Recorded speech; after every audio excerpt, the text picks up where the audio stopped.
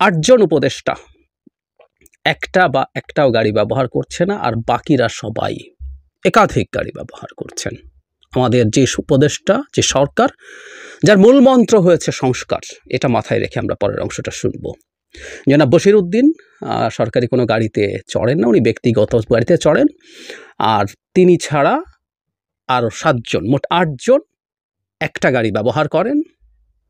আর বাকি সবাই 22 জনের মধ্যে, তার মানে বেশিরভাগ, মোর দ্যান 2/3 বা অ্যারাউন্ড 2/3 একাধিক গাড়ি ব্যবহার করেন। এখানে একটা জিনিস দেখার ব্যাপার আছে, সেটা হলো 1973 এখানে রীতিমতো আইন আছে তারা কি করতে পারবেন না। The ministers of state and deputy ministers অ্যাক্টে স্পষ্ট বলা আছে, মন্ত্রী, প্রতিমন্ত্রী ও উপমন্ত্রীরা সার্বক্ষণিক ব্যবহারের জন্য সরকারি একটি কার পাবেন, যার রক্ষণাবেক্ষণ খরচ যোগাবে সরকার। পরে সংশোধিত আইনে বলা হয়, জরুরি দাপ্তরিক কাজে কিংবা ঢাকার বাইরে নির্ধারিত কোনো সফরে গেলে অতিরিক্ত একটি জিপ গাড়ি ব্যবহার করতেন। আমরা এখন এগুলো কথ্য ভাষায় এসইউভিকে জিপ বলি, আর কার বলতে এখানে সেডান বোঝানো হচ্ছে। ইনফ্যাক্ট ক্যামরি একটা সেডান সবার জন্য অ্যালটেড হয়েছে এবং প্রায় সবাই সেটা ব্যবহার করছেন না। উপদেষ্টাদের মধ্যে এরকম করে বলা হচ্ছে, সবচেয়ে এগিয়ে আছেন ত্রাণ ও দুর্যোগ ব্যবস্থাপনা মুক্তিযুদ্ধ মন্ত্রণালয় ফারুকি আজম, 2টি ব্যবহার করছেন। আবার দপ্তরের নামে আরও 2টো PSPRO ব্যবহার করছেন, মানে তার পরিবার, তিনি, PSPRO সবাই ব্যবহার করছেন।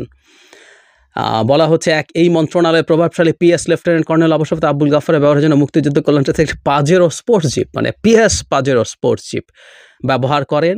জনসংযোগ কর্মকর্তার জন্য আরেকটা গাড়ি নেওয়া হয়েছে। উনি বলছেন, মন্ত্রিপরিষদ বিভাগ থেকে দেওয়া পরিবহন পুলের গাড়িটা বাসায় থাকে, 2 জন চালক আছে। এভাবে বলা হয়, তাকে জিজ্ঞেস করা হয়েছিল ব্যবহার করা যায় কিনা, আমি ওইভাবে দেখিনি, মন্ত্রণালয়ের সচিব দিয়েছেন তাই ব্যবহার করছি। এরপর বলা হচ্ছে, হুইচ ইজ ভেরি ইম্পর্টেন্ট, যে PSPRO যে ব্যবহার করছেন হচ্ছে আগে থেকে যেভাবে ব্যবহার হয়ে আসছিল সেভাবেই ব্যবহার হচ্ছে, মানে হাসিনার মন্ত্রী হয়ে উঠছেন। আমি আসবো এই জায়গায় আবার। জনাব সালেউদ্দিন আহমেদ 3টা গাড়ি ব্যবহার করছেন। যুব ক্রীড়া উপদেষ্টা আসিফ মাহমুদ সজীব ভূঁইয়া, তিনি ক্রীড়া পরিষদের গাড়ি ও পরিবহন পুলের গাড়ি ব্যবহার করেন। তার PS ব্যবহার করতেন চালকসহ যুব উন্নয়ন অধিদপ্তরের গাড়ি। স্থানীয় সরকার বিভাগের দায়িত্ব পাওয়ার পর তিনি তার PS সবাই স্থানীয় প্রকৌশল অধিদপ্তরের গাড়ি ব্যবহার করছে। উপদেষ্টার APS মোয়াজ্জেম হোসেন বলেন, APS এর গাড়ি ব্যবহার বৈধও না অবৈধও না, কারণ তারা পদবি অনুযায়ী গাড়ি পাওয়া যায় না, জরুরি কাজ তাই গাড়ি ব্যবহার করে, মানে সেই বাহানা, কোনো রকম কোনো অজুহাত দিয়ে ব্যবহার করার চেষ্টা। এরকম বিরাট তালিকা আছে। সুপ্রদীপ চাকমা 2টো গাড়ি ব্যবহার করছেন, আবার PS আরেকটা গাড়ি ব্যবহার করছেন। খাদ্য উপদেষ্টা আলী ইমাম মজুমদার খাদ্য প্রকল্প এবং পরিবহন পুলের ব্যবহার করছেন। বাসায় একটা এদিকে। তাকে জিজ্ঞেস করা হচ্ছে, আলী ইমাম মজুমদারকে, বত্তায় হচ্ছে কিনা, তিনি প্রশ্ন বলেন, দীর্ঘকাল থেকে এটা হচ্ছে। তো এরকম করে বিরাট তালিকা আছে। একটা গাড়ি স্বাস্থ্য উপদেষ্টা নূরজাহান বেগম ব্যবহার করছেন।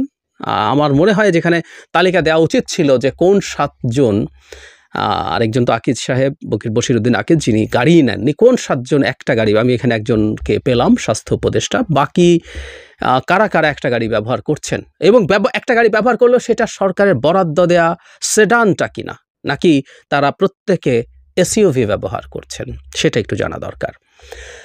এখানে একটা ইন্টারেস্টিং সাবহেডিং হচ্ছে, উপদেষ্টাদের বাড়তি গাড়ি দেন সচিবরা। আওয়ামী লীগের অনেক মন্ত্রী প্রতিমন্ত্রীর নামে বরাদ্দ ছিল 3 থেকে 4টি গাড়ি। এগুলো হওয়ার পর যেটা হয়েছে, সংশ্লিষ্ট সচিবরা সেসব গাড়ি নেওয়ার ব্যাপারে উৎসাহ যোগান। সচিবদের এমন প্রস্তাবে রাজি হয়ে অনেক উপদেষ্টা এখন বাড়তি গাড়ি ব্যবহার করছেন। মানে আমাদের উপদেষ্টারা কি শিশু? সচিব এসে বললেন, ফুসলে দিলেন, তারা ব্যবহার করতে শুরু করলেন। ভয়ঙ্কর। আমি এই কথাটা একটু সচিবদের গাড়ি বিলাস প্রসঙ্গে একটু পরে আসছি। মানে এই সরকারটা সংস্কার কথাটাকে সামনে দিয়ে দায়িত্বে এসছে, ক্ষমতায় এসছে। সেই সরকারটা যখন শেখ হাসিনার সময়ের মন্ত্রীরা এটা করতেন বলে উপদেষ্টারা যুক্তি হাজির করেন এইভাবে গাড়ি ব্যবহার করার ক্ষেত্রে, তখন এই সংস্কার টংস্কার সবগুলো বাকওয়াজ মনে হয়, খুবই মনে হয়। তাদের ভিন্ন একটা জায়গা দেখানো দরকার ছিল। আওয়ামী লীগের মন্ত্রীরা বিভৎস সব কাণ্ড করেছেন এবং আমরা বিশ্বাস করি আমাদের উপদেষ্টারা মোটেও সেটা করছেন না, সেই পথে তারা নেই। তাদের ইনএফিশিয়েন্সি নিয়ে আমাদের প্রশ্ন আছে, কিন্তু এরকম র্যাম্প্যান্ট করাপশনের মধ্যে কেউ ঢুকেছেন আমি বিশ্বাস করি না। কিন্তু এই যে গাড়ির ব্যাপারটা, এই জিনিসটাতে তারা একটা নজির সৃষ্টি করতে পারতেন যে তারা এটা করছেন না, কিন্তু না, তারাও একই পথে হাঁটছেন। ওই সুবিধাগুলো পেতে থাকলে চাইতেই হয়, মানে তারা এগুলোকে কারাপশন মনে করছেন, এগুলো আগে হতো। তো শেখ হাসিনার সময় মন্ত্রীরা তো আগে ঘুষ-টুসও খেতেন, তাহলে সেটাও কি জায়েজ? কারণ নিয়ম ভেঙে যখন, এটা যেখানে আইনে বলা আছে সেখানে নিয়ম ভেঙে যখন এটা করা হচ্ছে, এটাও একরকম করাপশন। এটা লোকজন জানলেও এটা করাপশন, এটা দীর্ঘদিন থেকে হয়ে আসলেও এটা করাপশন, এটা দুর্নীতি, এটা তাদের বুঝতে হবে।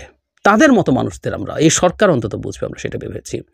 আমি প্রায় বলি একটা কথা, যে এই সরকার অনেক ক্ষেত্রে একটা কাজ করতে পারে, অনেক কাজই পারবে না, কিন্তু একটা কাজ তারা বিভিন্ন ক্ষেত্রে করতে পারে। সেটা হলো কতগুলো বেঞ্চমার্ক তৈরি করা, কতগুলো স্ট্যান্ডার্ড সেট করা, যাতে ভবিষ্যতের কোনো সরকার এসে সেটার সাথে তুলনা করতে পারে। তাদের উচিত ছিল এটা দেখানো এবং এটা প্রচার করে দেয়া যে আমরা এটা করছি, আমরা পরিবহন পুলের যে সেডান শুধু ওই গাড়িটা ব্যবহার করছি, আর কোনো গাড়ি না। তাহলে স্ট্যান্ডার্ডটা তৈরি হবে, ভবিষ্যতে যে সরকারই আসুক আমরা তখন এটা বলতে পারবো, জনগণের মধ্যে ওই এক্সপেকটেশন তৈরি হবে, জনগণ এই স্ট্যান্ডার্ডের সাথে তুলনা করবে, তুলনা করে বলবে। কিন্তু না, কিছুই হয়নি, খুবই দুঃখজনক, মর্মান্তিক। একই দিন সমকাল সচিবরাও গাড়ি বিলাসী, মানে খুব ইন্টারেস্টিং ব্যাপার হচ্ছে, মানে সচিবদের গাড়ি নিয়ে মন্ত্রীদের ক্ষেত্রে একটা আইন আছে, সচিবদের নাকি কোনো নিয়ম নীতিই নাই, তারা যা ইচ্ছা তা করতে পারেন। এবং এই দেশটা তো তাদের তালুক, বাপের তালুক বলে না, সেরকম। আমি সবসময় বলি, শেখ হাসিনা বাপের তালুকও মনে করতেন না, শেখ হাসিনারা তো খুবই এক্সটেন্ডেড সহযোগী এরা ছিলেন, এরা বাপের তালুক এভাবে লুটপাট করে না, বাপের তালুকও রয়ে শোয়ে রাখে মানুষ। মানে এখানে কোনো আইনই নাই, এবং এক একজন সচিব 3 থেকে 4টি গাড়ি হাতে রাখছেন। 2014 সালে আমি একটু পড়ি, সুদমুক্ত গাড়ির ঋণ সুবিধা চালুর পর সচিবদের সরকারি যানবাহন অধিদপ্তরের গাড়ি ব্যবহারের সুযোগ বন্ধ হয়ে যায়। 17 সালে এটা উপসচিব পর্যন্ত এক্সটেন্ড করেছে। তার মানে তারা এখন সরকারি পরিবহন পুলের গাড়ি ব্যবহার করতে পারবেন না। কিন্তু না, সেটা হয়েছে বিভিন্ন প্রকল্প, তিনি তো বটেই, তার পিএস এপিএসরা এগুলো সমানে ব্যবহার করছে। এখানে ক্লিয়ারলি আছে, এর আগে যখন এগুলো নিয়ে কথাবার্তা হয়েছে, সুদমুক্ত ঋণ সুবিধা গ্রহণকারী কোনো কর্মকর্তা তার দপ্তর থেকে রিকুইজিশনের কোনো গাড়ি সরকারি বা ব্যক্তিগত প্রয়োজনে ব্যবহার করতে পারবেন না। প্রধান উপদেষ্টার কার্যালয় থেকে নিয়ম বহির্ভূতভাবে গাড়ি ব্যবহার বিষয়ে সতর্ক করার পরও বিভিন্ন মন্ত্রণালয়ের সচিব, অতিরিক্ত সচিব, যুগ্ম সচিব, উপসচিব, উপদেষ্টাদের পিএস এপিএস ও বড় মন্ত্রণালয়ের পিয়নরা যথেচ্ছ গাড়ি ব্যবহার করছেন। পাত্তা দেওয়ার কথা না, আমি অনেক আগেই বলেছি যে কিছুদিন আগে সার্ভিস রুল আইন ভঙ্গ করে তারা সরকারের বিরুদ্ধে বিষোদ্গার করেছেন।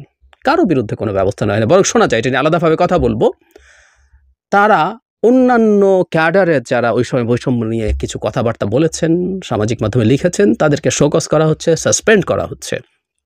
হবারই কথা। আসবো ওই জায়গায় আরেকটা দিন, খুব দ্রুতই কথা বলতে চাই। এখানে কোন সচিবের কয়টা গাড়ি, একটা সাবহেডিং আছে। অর্থ সচিব খায়রুজ্জামান মজুমদারের পরিবারের সদস্যরা মন্ত্রণালয়ের জিপ সার্বক্ষণিক ব্যবহার করছেন। তিনি ব্যবহার করছেন সোনালী ব্যাংকের বড় জিপ, সঙ্গে চালকও। আর ঋণের টাকায় কেনা গাড়ি পরিবারের সদস্যরা ব্যবহার করছেন। তার পিএস চড়েন মন্ত্রণালয়ের পরিবহন পুল গাড়িতে, মানে উনি 3টা গাড়ি, একটা তো আছেই যেটা ঋণ দিয়ে কিনেছেন, আরও 3টা সরকারি গাড়ি তিনি, তার পরিবার এবং পিএস ব্যবহার করেন।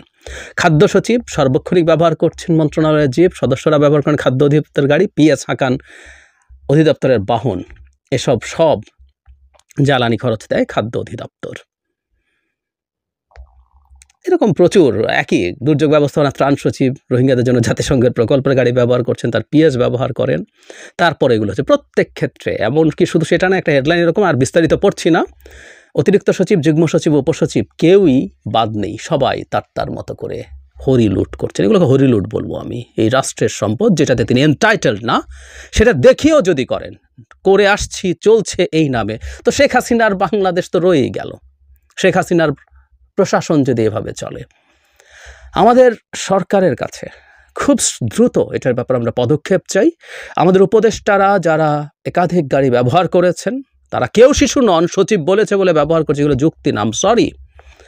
তারা এগুলো সবগুলো সারেন্ডার করবেন, এবং তার একটা মাত্র গাড়ি যেটা বরাদ্দ করা হয়েছে রাষ্ট্রের পক্ষ থেকে, সরকারের পক্ষ থেকে, তারা শুধু সেই গাড়িটা ব্যবহার করবেন, এবং সেটার প্রমাণ দিতে হবে, সরকারকে বিজ্ঞপ্তি দিয়ে জানাতে হবে এটা হয়েছে।